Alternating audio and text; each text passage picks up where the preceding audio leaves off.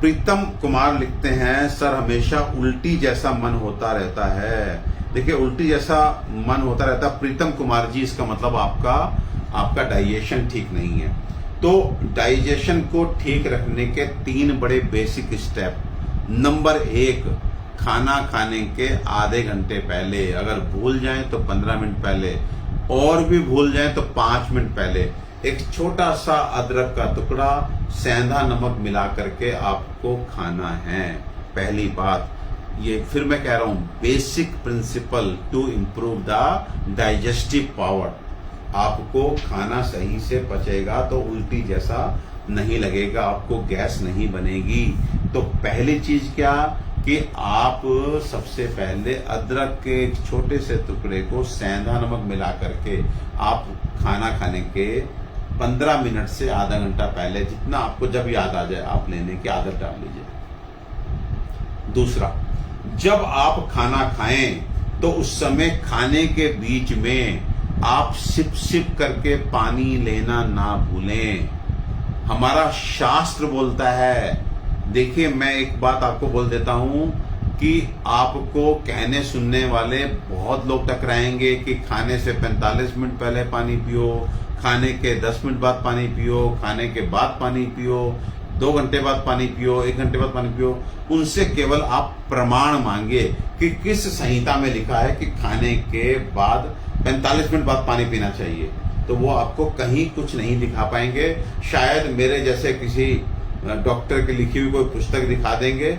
हम लोग के ज्ञान पे मत भरोसा कीजिएगा, केवल भरोसा करना है आंख मीच के तो चरक सुश्रुत वाग्भट पे करना है।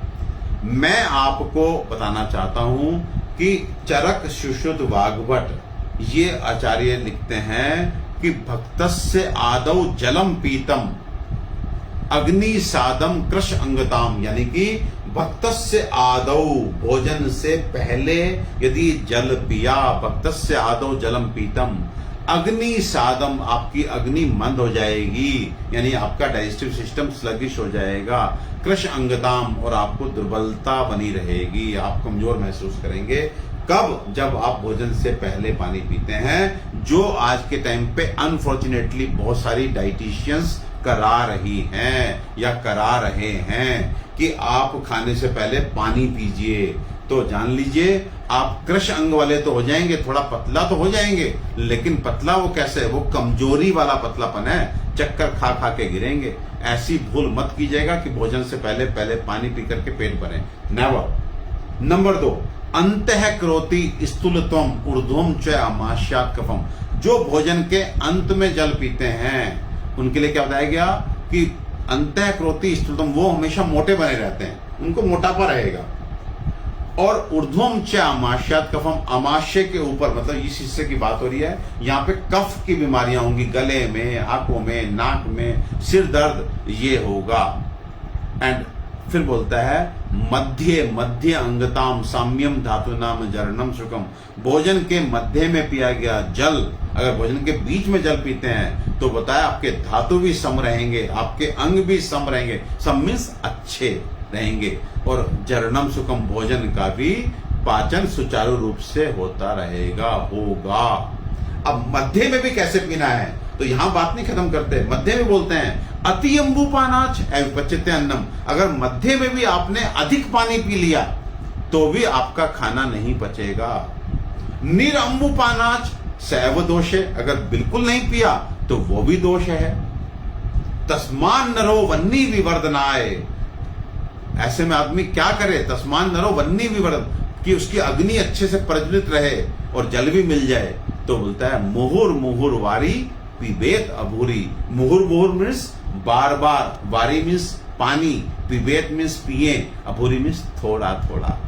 तो जिस तरह से हम सुबह नाश्ते में कोई भी चीज खाते हैं, कुछ लोग परोठी खाते हैं, कुछ लोग पोहा खाते हैं, कुछ लोग दलिया, और अक्सर हम लोग चाय साथ में बनवा लेते हैं, तो after every 2 bites we have a sip of T.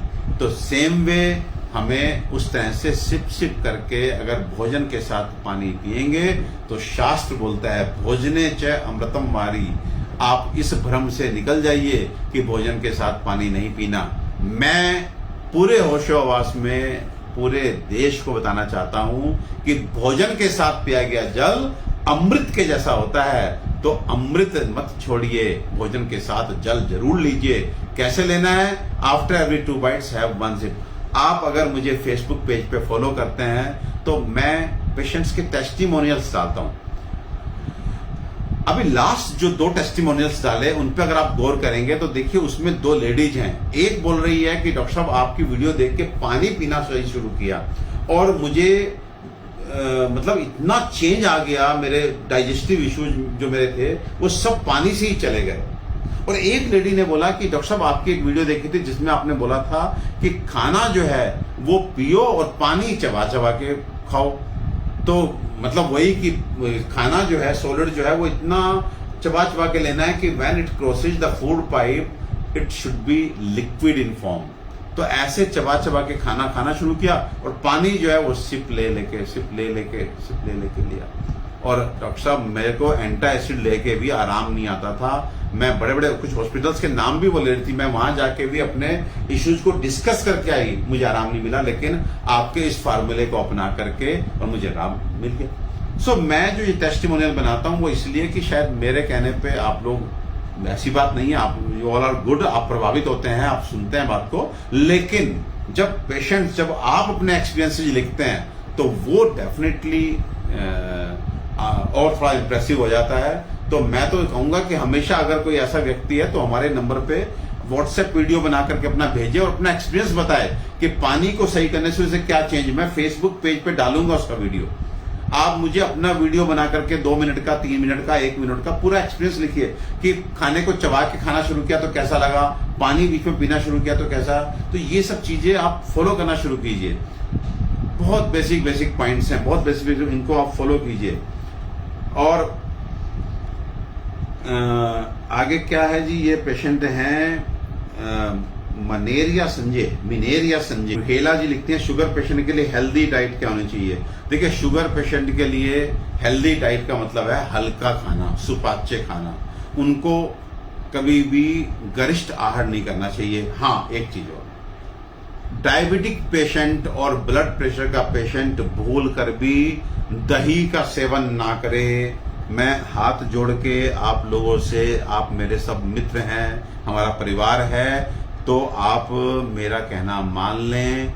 Diabetic patient और ब्लड प्रेशर के पेशेंट और हार्ट के पेशेंट और दर्दों के पेशेंट और सूजन के पेशेंट और मोटापे से पीड़ित पेशेंट दही का सेवन ना करें। दही ठंडी नहीं है, दही उष्णम, दही गर्म है। दही उष्णम दीपनम स्निग्धम पित्त अस्र शोथ मेदा का प्रदम। पित्त मीन्स पित्त को बढ़ाने वाली, एसिडिटी भी कर रही है।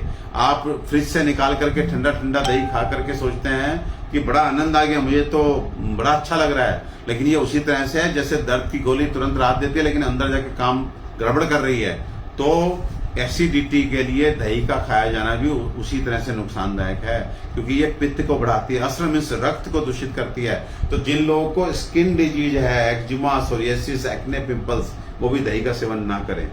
फिर नंबर 3 पे शोथ, जिनको सूजन है शरीर में, किसी भी तरह की सूजन, मैदा, जिनको फैट है, वो भी दही का सेवन ना करें। और वापस से सवाल पे आता हूं जो पूछा था मेरे मित्र ने कि शुगर के लिए हेल्दी डाइट, तो नंबर 1 मीठा और नंबर 2 दही आप छोड़ दें। और हेल्दी डाइट में आंवला हल्दी का पाउडर सुबह उठ करके चंद्रप्रभा रोटी के साथ में शुरू कर दें। राहुल सिंह क्या लिखते हैं जी, फैटी लीवर और आईबीएस में पेन होता है, क्या करें। आईबीएस मैं बहुत डिटेल में बता चुका हूं, आप फिर से इस एपिसोड को देखेंगे जब मैं पोस्ट करूंगा। राहुल सिंह, फैटी लीवर के लिए वो मेरे भाई, वो मेरे मित्र जिनको फैटी लीवर है, वो किसी भी कंपनी की आरोग्यवर्धनी वटी ले आए और नियमित रूप से 3 महीने से 6 महीने तक 2 गोली सुबह शाम आरोग्यवर्धनी वटी की खाएं। There is a great chance कि आफ्टर 3 to 6 months आपका grade 1 and grade 2 fatty liver बिल्कुल क्लियर आएगा। आई रिपीट, आरोग्यवर्धनी वटी किसी भी कंपनी की 2 गोली सुबह 2 गोली शाम को, आपके किसी और मेडिसिन के साथ, नंबर 2 किसी और बीमारी में ये इंटरफेयर नहीं करती। तो आपको बहुत अधिक इससे पूछने की आवश्यकता नहीं है। हाँ, आयुर्वेदिक मेडिसिन को इंग्लिश मेडिसिन से इन जनरल 1 घंटे गैप दे के लेंगे तो दिक्कत नहीं, क्योंकि हमारी Ayurvedic medicine part of food है। हमारी मेडिसिन में क्या है, जीरा है, अजवाइन है, पुदीना है, आप तो साथ में ही खाते हैं। आप चाय आपके सामने है और आपको बुखार है, आप एक पैरासीटामोल लेना चाहते हैं तो अक्सर आप चाय के साथ खा लेते हैं। उस चाय में हो सकता है आपने थोड़ी सी तुलसी भी डलवाई हो सकता है थोड़ी सी मुलैठी भी डलवाई हो सकता है थोड़ी सौंफ इलायची भी डलवाई हो। तो सौंफ इलायची मुलैठी तुलसी मेरी मेडिसिन है, लेकिन आप केरोसिन के साथ खा रहे हैं उसको, आप पैरासीटामोल डोलो के साथ खा रहे हैं। सो कहने का मतलब यह है कि मेरी medicine in general part of food है, लेकिन फिर भी when you take medicine, proper medicine ले रहे हैं तो it's always good to have little gap. वो गैप आधे घंटे से 1 घंटे तक आपको जहां तसल्ली मिले, लेकिन थोड़ा गैप देके मेडिसिन लेंगे तो दिक्कत नहीं आएगी। अब ये देखिए, अरशद अहमद कटीच लिखते हैं आईबीएस का सॉल्यूशन बोलो सर। बोल दिया अरशद भाई, बोल दिया, डिटेल में बोल दिया। आप अभी थोड़ी देर बाद मैं इस एपिसोड के बाद इसको पोस्ट करूंगा, आप सुनना, सब बोल दिया। आईबीएस के पेशेंट साग ना खाएं, पत्ते की जो सब्जियां होती हैं, पालक, सरसों, मेथी, बथुआ मत खाइए। मिल्क एंड मिल्क प्रोडक्ट्स मत लीजिए, मैदे की चीजें मत लीजिए। कुमारी निकिता डायबिटीज के लिए, निकिता आपको कहां से हो गया, आप तो कुमारी लगा रही हैं।